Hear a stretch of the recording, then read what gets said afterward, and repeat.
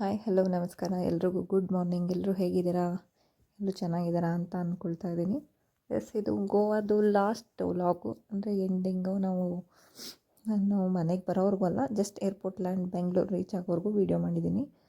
So ಇದು ಬಾಗ ಬೀಚಿಗೆ ಹೋಗ್ತಾ ಇದ್ದೀವಿ.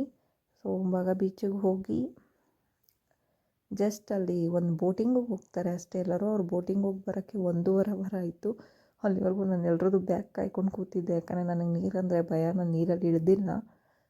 ಸೊ ಹೋಗಿದ್ರು ಒಂದು 5-6 ಜನ ಕಾಲುಗಳು ಗಾಯ ಆಗಿತ್ತು ಅಂತ ಬಂದಿರಲಿಲ್ಲ, ಬಸ್ಸಲ್ಲೇ ಇದ್ದರು. ಸೊ ನಾನು ಜಸ್ಟ್ ಒಂದು ವೀಡಿಯೋ ಮಾಡ್ಕೊಳ್ಳೋಣ ಅಂತ ಬಂದೆ. ಲಗೇಜ್ ಎಲ್ಲ ನನಗೆ ಹಾಕ್ಬಿಟ್ಟು ಹೋದರು. ನಾನೊಂದು 10 ನಿಮಿಷ ಅಲ್ವಾ ಅಂತ ಓಕೆ ಅಂತ ಕೂತ್ಕೊಂಡೆ. ಬಟ್ 1.5 ಅವರ್ ಅಂತ ನಾನು ಎಕ್ಸ್ಪೆಕ್ಟ್ ಕೂಡ ಮಾಡಿರಲಿಲ್ಲ. ಸೊ ಇದು ಮುಗಿಸ್ಕೊಂಡು ಸೀದಾ ನಾವು ಹೊರಡ್ತೀವಿ. ಬಸ್ಸದು ಆ್ಯಂಬಿಯನ್ಸ್ ಎಲ್ಲ ಚೆನ್ನಾಗಿತ್ತು. ಸೊ ಹೋಗುವಾಗ ಅವರು ಸಮೋಸ ಮತ್ತು ಜ್ಯೂಸನ್ನ ಅವ್ರ ಕಡೆಯಿಂದ ಕಾಂಪ್ಲಿಮೆಂಟ್ರಿ ಬಿಸ್ಕೆಟು ಮತ್ತು ಸಮೋಸ ಜ್ಯೂಸು, ಯಾಕಂದರೆ ನೈಟ್ ರೀಚ್ ಆಗೋಕ್ಕೆ ಎಷ್ಟೊತ್ತಾಗುತ್ತೋ ಗೊತ್ತಿಲ್ಲ ಅಂತ ಹೇಳಿ ಕಾಂಪ್ಲಿಮೆಂಟ್ರಿ ಅಂತ ಅವರೇ ಕೊಟ್ಟಿದ್ದಾರೆ. ಕೊಟ್ಟು ಸರಿ ಅಂತ ಹೋಗ್ತಾ ಇದ್ದೀವಿ ಏರ್ಪೋರ್ಟ್ ಕಡೆ.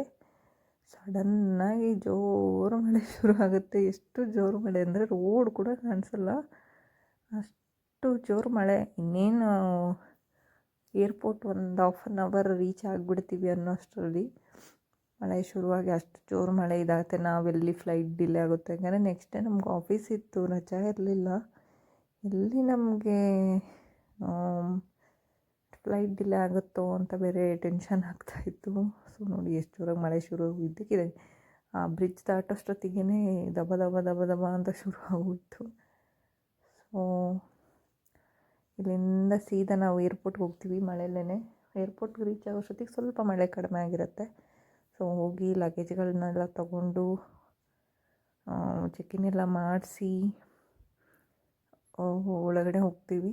ಸೊ ಎಲ್ಲರೂ ಡ್ರಿಂಕ್ಸ್ ಇತ್ತು ಮತ್ತು ಎಲ್ಲರದ್ದು ಚೆಕ್ ಇನ್ಗಳು ಮಾಡಿದ್ರು ಜಲ್ದಿ. ಬಟ್ ಮೇಲೆಗಡೆ ಹೋಗಿ ನಾವು ಫ್ಲೈಟ್ ಒಳಗಡೆ ಹೋಗಬೇಕು ಅಂದರೆ ಅಲ್ಲೇ 1 ಅವರ್ ಮೇಲೆ ಕಾಯ್ತೀವಿ ನಾವು. 9 ಗಂಟೆಗೇನೋ ಫ್ಲೈಟ್, 9-10 ಇದ್ದಿದ್ದು.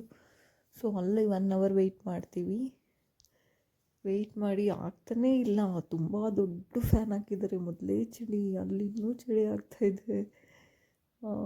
ಅಲ್ಲಿಂದ ಸೀದಾ ಸರಿ ಅಂತ ಎಷ್ಟೊತ್ತಿಗೆ ಫ್ಲೈಟ್ ಹೊರಡುತ್ತೋ, ನಂಗೆ ಆಲ್ರೆಡಿ ಟಯರ್ಡ್ ಆಗೋಗಿದ್ವಿ, ಎಲ್ಲರಿಗೂ ನಿದ್ದೆ ಬರೋ ಥರ ಆಗಿತ್ತು.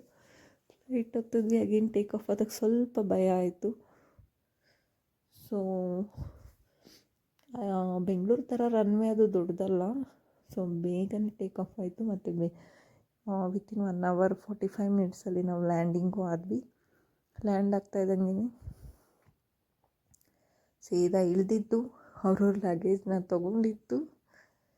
ಸೊ ಅಲ್ಲಿಂದ ನಾವು ಹೊರಗಡೆ ಬಂದ್ವಿ ಟರ್ಮಿನಲಲ್ಲಿ. ಸೊ ಅಲ್ಲಿ ಬರ್ತಾ ಇದ್ದಂಗೆ ನಮಗೆ ಕ್ಯಾಬ್ಗಳು, ಯಾಕೆಂದರೆ ನಾವು ಲಗೇಜ್ನ ರಿಸೀವ್ ಮಾಡ್ಕೊಂಡು ಬರೋಷ್ಟೊತ್ತಿಗೆ ನಮಗೆ ಆಲ್ಮೋಸ್ಟ್ ನೋಡಿ ಅಷ್ಟು ದೊಡ್ಡ ಫ್ಯಾನು. ನಾನು ಆಗಲೇ ಹೇಳಿದ್ನಲ್ಲ ಎಷ್ಟು ಚಳಿ ಆಗ್ತಾಯಿತ್ತು ಗೊತ್ತಾ ಆ ಫ್ಯಾನು. ಯಪ್ಪ, ಅದಕ್ಕೆ ನಾನು ಅದನ್ನು ವೀಡಿಯೋ ಮಾಡ್ಕೊಂಡಿದ್ದೆ ಅನಿಸುತ್ತೆ. ಅದು ಬ್ಯಾಗೆಲ್ಲ ನಾವು ತಗೊಂಡು ರಿಟರ್ನ್ ಆಚೆ ಟರ್ಮಿನಲ್ಗೆ ಬರೋಷ್ಟೊತ್ತಿಗೆ ತುಂಬ ಲೇಟಾಗಿ ಹೋಗಿತ್ತು.